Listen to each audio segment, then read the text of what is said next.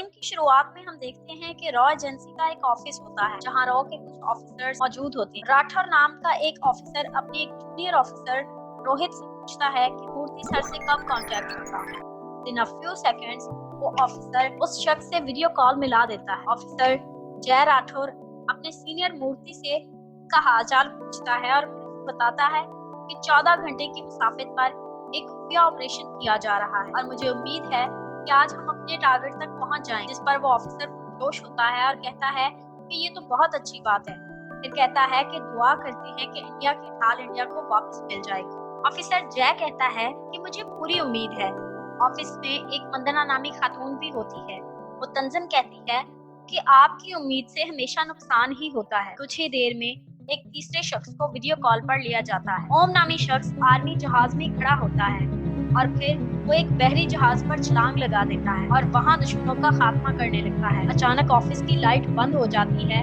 इस पर ऑफिस में मौजूद तमाम ऑफिसर्स जो उस ऑपरेशन को लाइव देख रहे होते हैं वो सब बेचैन हो जाते हैं। मूर्ति राठौर को कॉल करता है और पूछता है कि राब्ता कैसे कट गया। तो वो बताता है कि लाइट बंद हो गई। वो ऑफिसर बहुत परेशान और बेचैन होता है और कहता है कि किसी भी तरह से उससे राब्ता करो। ओम हमारा मजबूत हथियार है। दूसरी तरफ अकेला ओम तमाम दुश्मनों पर भारी होता है।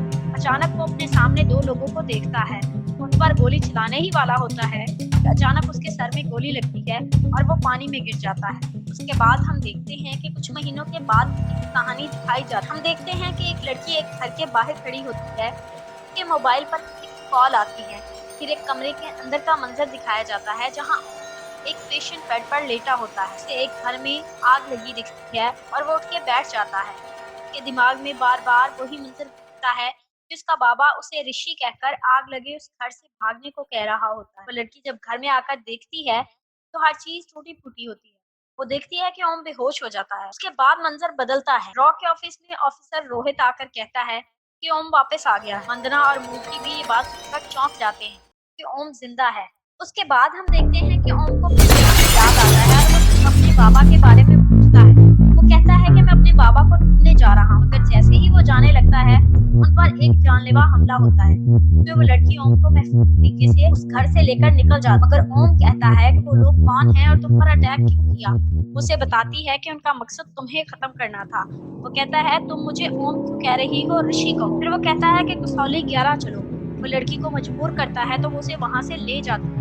वो एक जला हुआ घर होता है। वो लड़की को बताता है कि बहुत साल पहले वहाँ आग लगी थी और वहाँ से दो लोग उसके बाबा को ले गए थे। उसके बाद की स्टोरी उसे याद नहीं होती।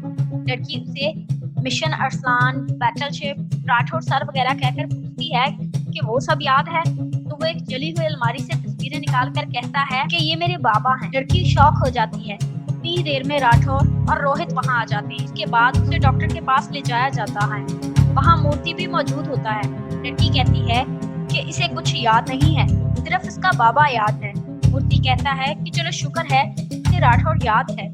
तभी लड़की कहती है कि उसे जे राठौर सर याद नहीं, देव राठौर याद है। वो ये सब भी बताती है। वो खुद को ओम नहीं ऋषि कह रहा था। मूर्ति कहता है कि ओम उस गद्दार देव का बेटा है। जय राठौर कहता है कि देव की गद्दारी अभी साबित नहीं। उन दोनों के दरमियान बहस। फिर मूर्ति उन सबको वार्न करके वहाँ से चला जाता है कि ओम की सच्चाई किसी को पता न चले। इसके जाने के बाद जय राठौर अपनी उस साथी लड़की को माजी की कहानी सुनाता है। वो बताता है कि देव एक बहुत बड़ा साइंसदान था। वो न्यूक्लियर अटैक से बचने वाला डिफेंस सिस्टम बनाना चाहता था। रजत और दीवान शंकर की टीम का हिस्सा थे। वो कहता है कि उसे ये सिस्टम बनाने में 15 साल का अरसा दरकार हो। वो उस प्रोजेक्ट को कवच का नाम देता है। उसे लगता है कि वो ढाल बनकर उसके मुल्क की हिफाजत करेगा। जय राठौर एक आर्मी ऑफिसर होता है। वो उसे कहता है कि वो देव को सिक्योरिटी देगा तो वो मना करता है। मूर्ति आकर कि उसका आर्मी का एक सीनियर ऑफिसर होता है। वो कहता है कि सिक्योरिटी देना मेरा ऑर्डर है। असल में देव और मूर्ति आपस में दोस्त होते हैं। उसे बताता है कि मैं और मेरा भाई गद्दार हो ही नहीं। लड़की यह हकीकत जानकर हैरान रह जाती है कि वो दोनों भाई थे।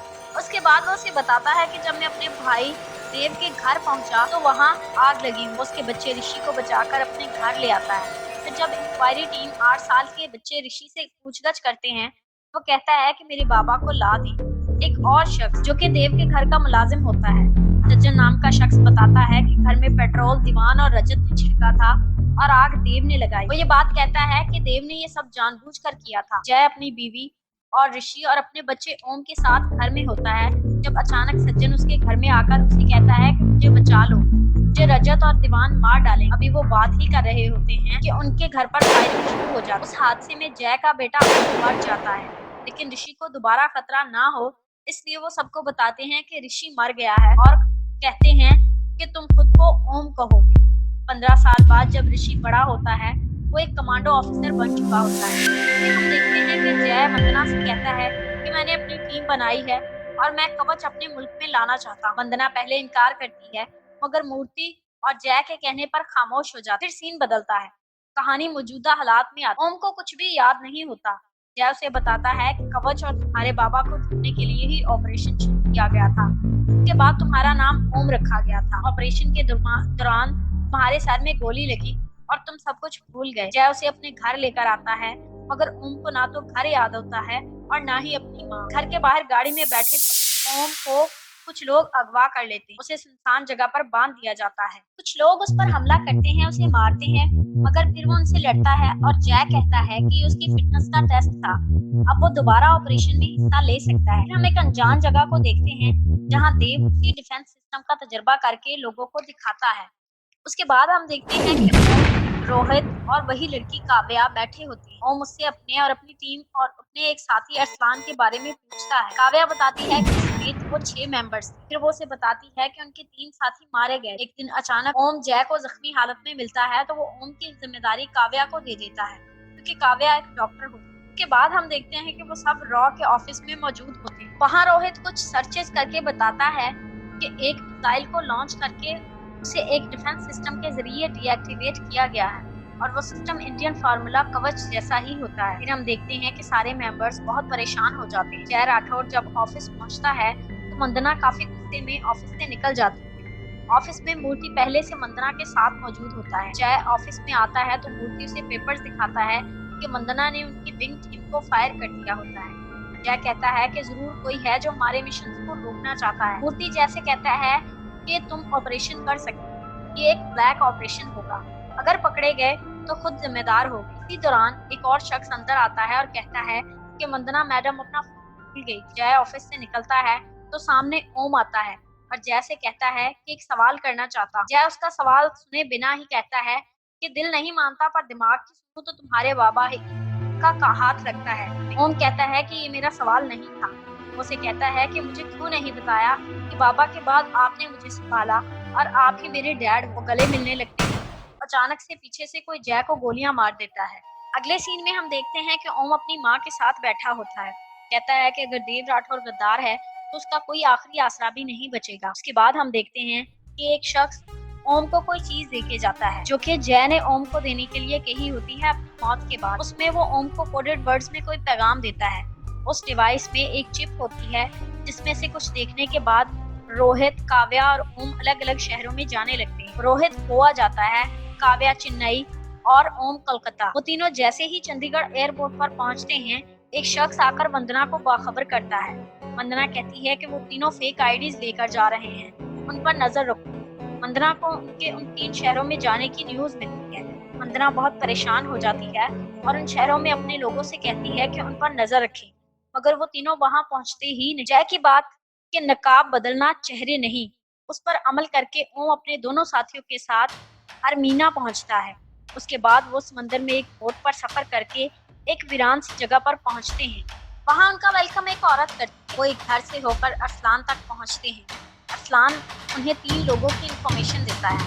उनमें से एक शख्स मार्क जेल में होता है। उसकी इंफॉर्मेशन मिलते ही ओम जेल के लिए बाइक लेकर निकलता है। उनकी टीम उसे गाइड करती जाती है। उसके बाद हम देखते हैं कि ओम एक जगह पहुंचकर कुछ लोगों से लड़ाई करता है और वहीं उसे देव राठौर नजर आता है। देव राठौर उसे बताता है कि उससे ये सब जबरदस्ती करवाया गया था। दूसरी तरफ ओम की टीम को एक वीडियो सबूत मिलता है जिसमें उसे पता चलता है कि जय को मारने वाला ओम की टीम को खत्म करने वाला मूर्ति था। कवच की डील फाइनल करने के लिए देव को मूर्ति और रजत और दीवान के पास जाना होता है। ओम काव्या को देव के साथ भेजता है और खुद प्लान करके उस जगह पहुंचता है जहां डील की जा रही है। फिर हम देखते हैं कि ओम उस जगह पर हर चीज तबाह कर रहा होता है। वो अपनी मंजिल से बहुत करीब होता है, मगर फिर अचानक मूर्ति अरसलान को ओम के सामने लाता है। फिर काव्या को लाता है तो ओम गुस्से में आ जाता है। उन दोनों को गन पॉइंट पर रखकर वो ओम को ब्लैकमेल करने की कोशिश करता है, मगर वो दोनों उसकी कमजोरी ना बने इसलिए खुद को गोली मार देते हैं। अरसलान मर जाता है मगर काव्या बच जाती है। उसके बाद देव को दिखाया जाता है जो रजत और उसके साथियों को मार देता है।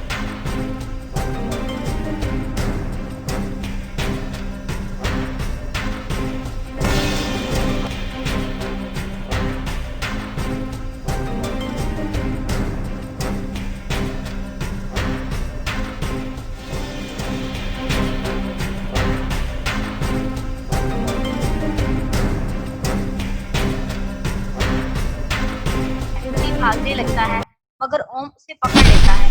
कहता है कि मैं तुम्हें मार सकता हूँ मगर इंडिया लेकर जाऊंगा। देव पीछे से आता है और मूर्ति को गोलियां मारने लगता है और कहता है ये मेरा सब कुछ छीना था और रोने लग जाता है। ओम उसे पुरस्कून करने के लिए उसके गले लगता है। कुछ देर बाद अपने गले से लगे खून को वो गोली मार देता है। फिर वो उसे सच्चाई बताता है कि वो भी गद्दार ही था और पैसे के लिए उसने ये सब किया था।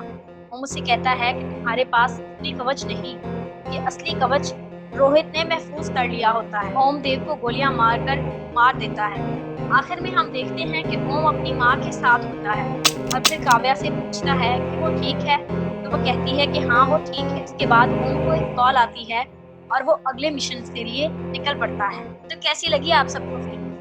उम्मीद करती हूँ कि आप सबको पसंद आई होगी। फिर से एक नई फिल्म के साथ आप लोगों से मुलाकात होगी। हमारे चैनल को सब्सक्राइब कीजिएगा और अपनी कीमती राय से आगाह करते रहिए।